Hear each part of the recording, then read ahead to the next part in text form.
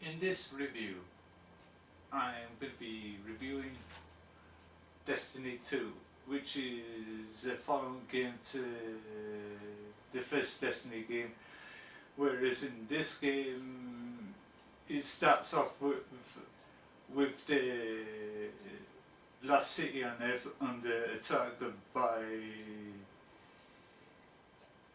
the Cabal leader Dominus Ghual, who's hell-bent of revenge and taking the light for himself, that it felt like that it was depraved of, and he stripped it, so the guardians of the power in that. And that's when you battle your way through the tower in order to get to Ghual. He smacks you around and he taunts you, and then he throws you off his ship in order to go through days and weeks, days and battered and that, until you get to this farm that is manned by the Soraya Hawthorne, who gives you the task of seeking out this shard in the EDZ, which you have to regain your powers and that in order to reunite fan favourites Zavala, Cade and Ikora, who are scattered across the solar system in 3 separate planets, which you have to go to Titan to get Zavala and Iol for Ikora, and Nessus, which you have to rescue Cade because he got himself into a weird predicament that this insentient AI called Failsafe has put him in infinite loop, which is more or less a Phantom Zone and that. However, Destiny 2 repairs the damage to the story narrative in the first game. In the first game, which had lack of innovative storyline, all you have to do is get from where you risen to the ship in the Cosmodrome to meet the speaker. He gives you uninspired dialogue, then you go to do certain missions like being a detective after piece together yourself to establish the array and all that lot, which she'll end up in the moon, have a couple of encounters with the Exo Stranger, and she says that if you survive this, meet me in Venus in the Ishtar Academy, which is sparks some positional nonsense about she even doesn't have time to explain why she doesn't have time to explain, which becomes a popular meme within the Destiny community. And in Destiny 2 it becomes a bit of a spoofing on by the wonderful Nathan Fillion, who brings the light and the humour into the sequel. And he says, I don't have time to explain why I don't have time to understand, and then etc. After when you get out of his predicament and reunite all 3 of them, that was when Dilly's plan to disable the Almighty. The original plan was to destroy the Almighty, but Asher Mir says that's not a very good idea. By blowing it up, it would make things worse. So they come up with a divisive solution how to, instead of blowing it up, disable it, make it dormant. in order to return back to Earth. Then you go through this whole event, the Avengers level event, which you team up with other Guardians in order to claim back the city, in order to get to Dominus Ghual, who seeks out all the powers of the Traveller and that, and likewise he gets defeated as when he's about to rise up. He said, "Hi, you failed." The Traveller eventually wakes up as Amanda Holiday trying to do during through the cinematic cutscene where she says, "Come on, big guy, do something," and etc. Yeah, but the comprehensive storyline excels Destiny 1, but whereas things fall flat in Destiny 2 is the innovative way of getting people to replay story missions like you did in Destiny 1. Once you did all the story missions, you can play them again by doing them on separate setting. But in Destiny 2, once you've done it once, all the way you could redo them is by the way of meditations, by going to Ikora in the new tower, and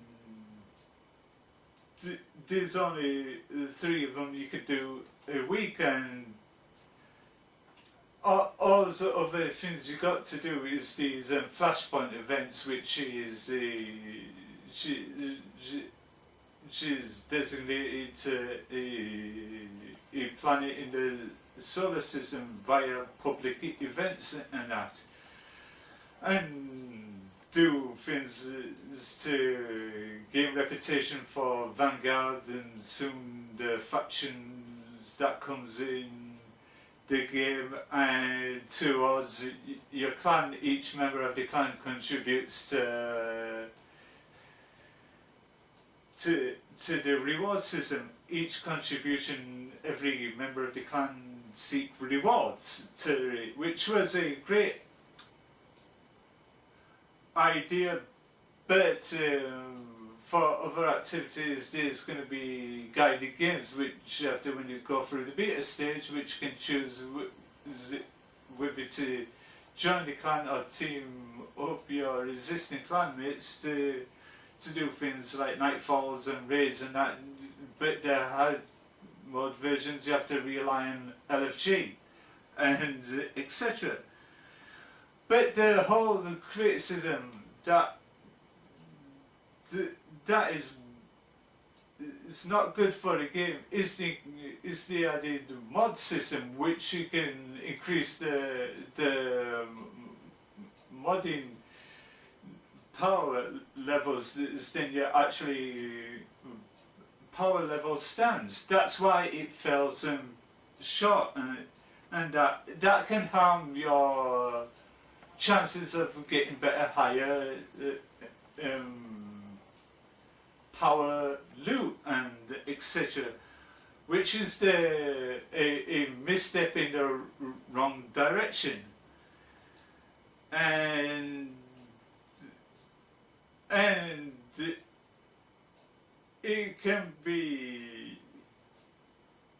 a bit of a constant grind as usual. But in Destiny 1, when you get up to a certain level, all the encoded drops stop. You have to rely on things like engrams, which every time you get an engram you take it to the cryptarch as you do, and he decrypts it into a weapon or a piece of gear, or if you're unlucky, a motorlight or strange coins or a class item.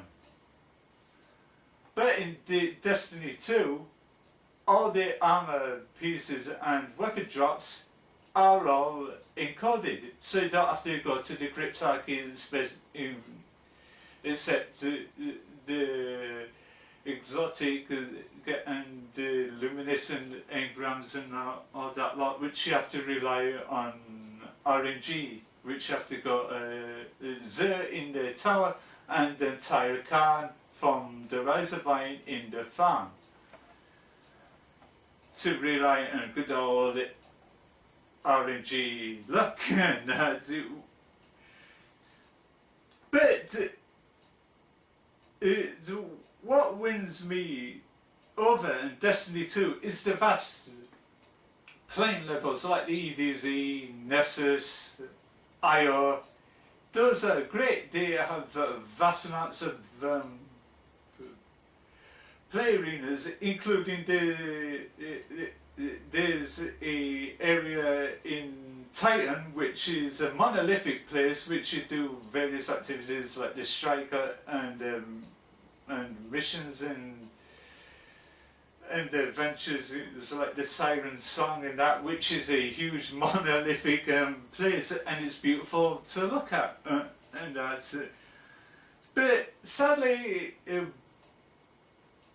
this is what this game likes to do well: cut off areas for things like strikes and other activities. You don't get to explore the entire arenas, which is a total shame. But the whole neg about it is this: if you don't want to spend silver and all that lot to get a sparrow and that through Tess Ever's kiosk, so you have to wait until you're around about rank 20 to get your first sparrow. Not like Destiny 1, which you get your first sparrow straight away, and everybody's going on the planetary areas. Joe Vargas, aka Angry Joe, highlighted this in his review. He said it was a chore for him to walk all the way around the Nessus because he wasn't level 20, and he didn't want to buy microtransactions to get a sparrow, which somebody at rank 20 was going around IO, not Nessus, IO, on a sparrow, which he ended up having to walk around. And so many other things that need to be worked on and that. And yes, it does have the reuse assets from Destiny 1. That's it. That's to be expected in the Destiny game. Like, they reuse the same enemies and that, with totally new abilities, with different half-baked names and etc. And some of the areas in the game, as when you go along, is familiar to those who played the original Destiny. There's so many nods to the Vault of Glass and so many others. The areas is unbelievable. And there's quite a lot of familiar characters that appears in the game with different names and stats, and for the whole explanatory of Destiny, if I load it up again, it might take a little while.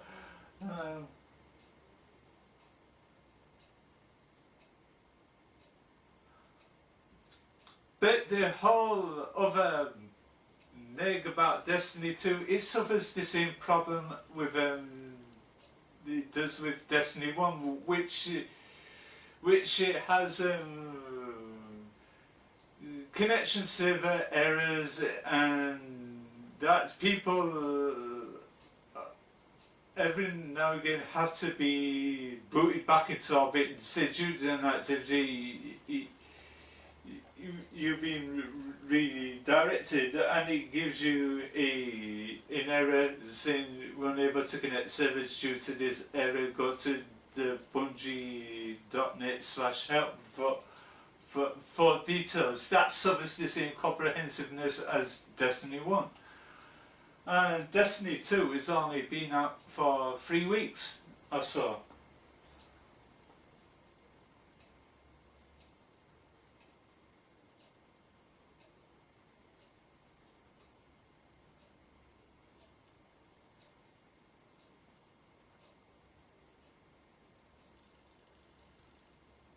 And once in Destiny you beat the game and defeated the Blackguard and reached rank 20, your characteristics like hair and face and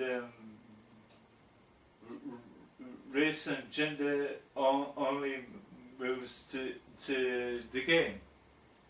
There's no armor or anything to be moved over. To say there was the resurgence of quite a lot of exotics from the original game in Destiny 2.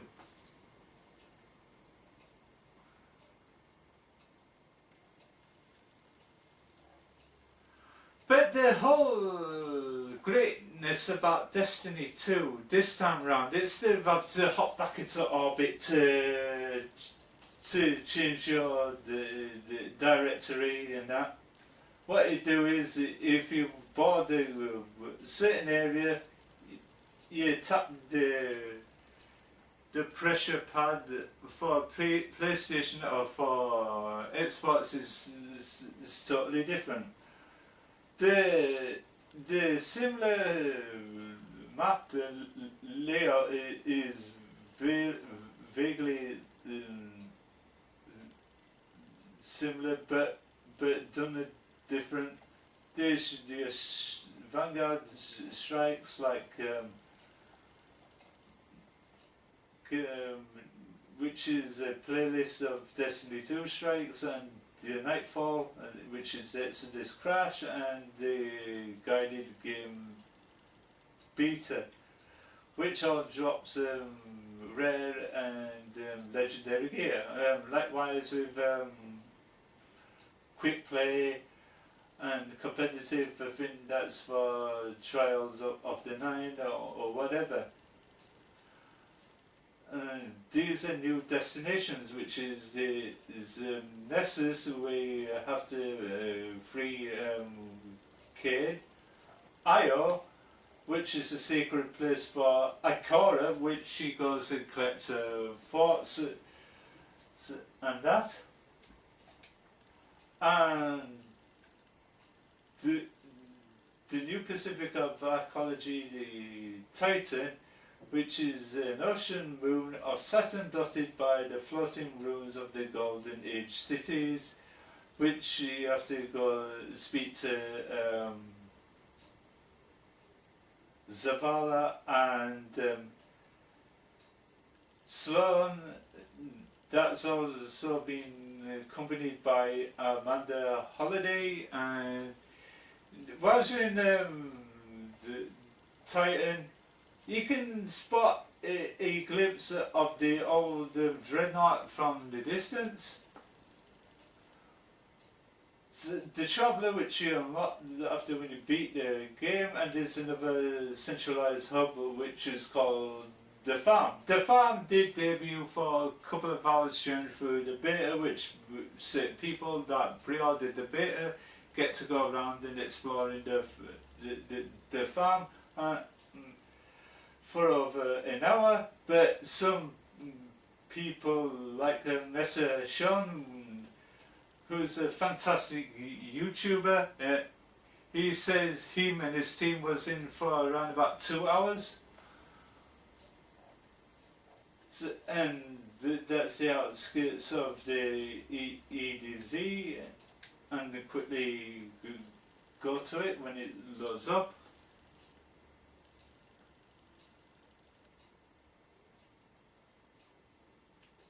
But this time around, instead of having primary, is special, and heavy is kinetic, energy, and power.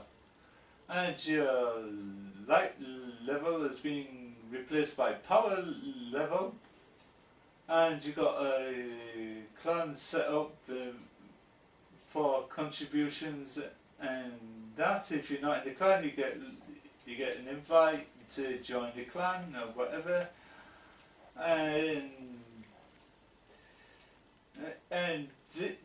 the whole criticism about it all is using the same old setup as Destiny 1. But they reduced the loading screens down. It's not like in Destiny 1, which was constantly full of loading screens which you have to go from destination. And this is the farm. During through early in the campaign, you had the Korra, Kid, and Zavala, along with Soraya and Lewis, which they all vacated to the tower, and so did Centrevez. And you got Darby, which is the postmaster, and Tyra Khan from the Rise of Iron. And you can explore around, you can go along rooftops and kick a ball, and that was the farm in a nutshell. In order to get out there, so you go to Open Directory and go to the tower.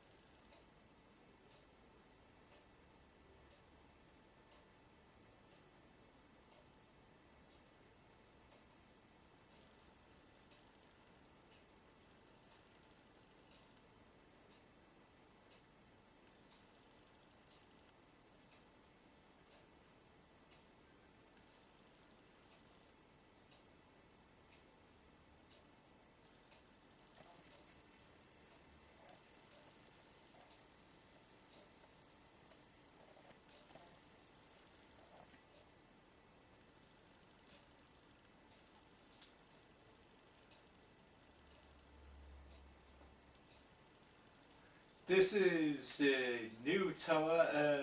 It is great.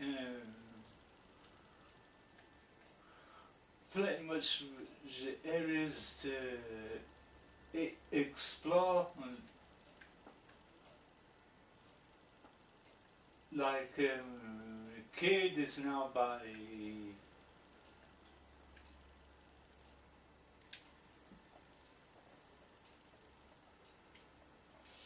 Amanda.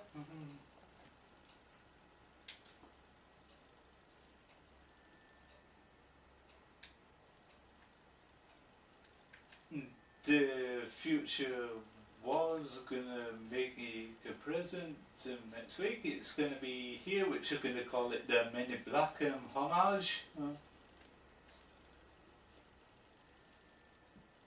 And there's going to be Dead Orbit, and as for New Monarchy, which is going to be a long trek to get to the other side.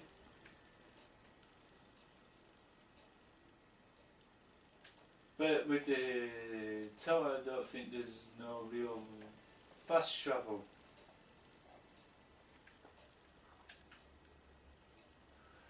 But before we get to them, there's the postmaster and Centrevez and Master Rahool and Banshee. And Zavala is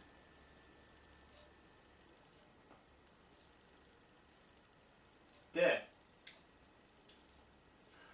The difference between the character screens in this and the other, in Destiny you go up to character posed by a bland blue screen, but with this it is not as much. They're posed by a great backdrop to give it a bit more style and substance. So you can go up and you can go down, and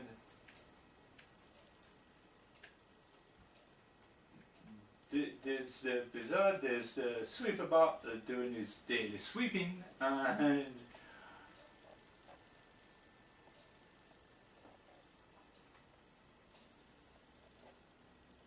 Ikora, which played once again by the wonderfully talented Gina Torres, accompanied again by the ever talented Nathan Fillion.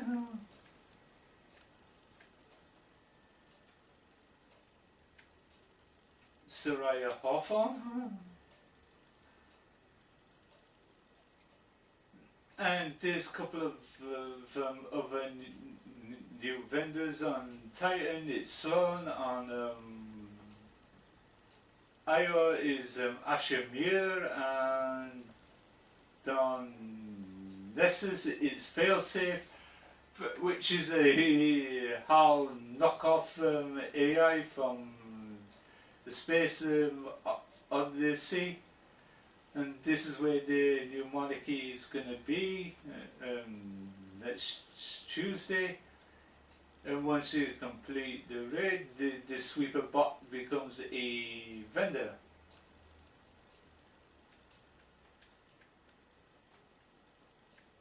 And that's the tower. It looks wonderful. Bungie did a fantastic job of doing this new tower. And you got a lot more guardians to mill around and etc. And there's the cafeteria, which you can go get some nice spiced ramen.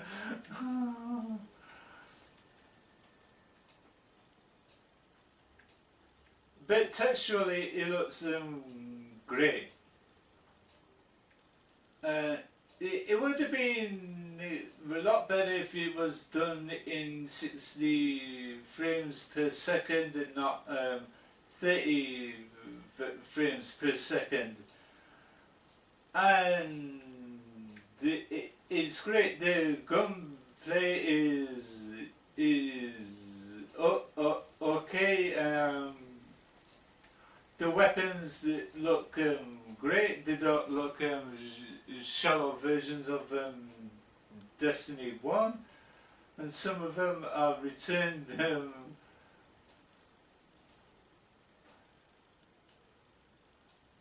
exotics from Destiny and from Destiny 1, and there's so many routes to explore. The music is great, and etc. And my overall verdict of Destiny 2 is a solid 8 out of 10, and this is my review of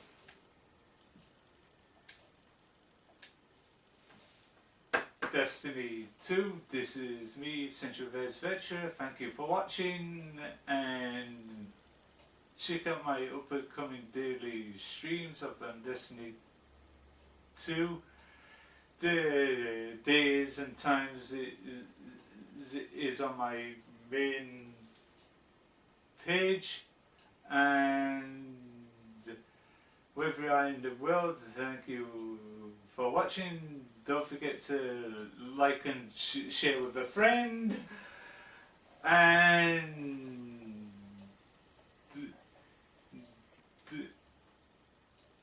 I'm on Facebook and Twitter at Frankie Smails and other online media outlets, and I'm on Blogger at iron-tv-40, and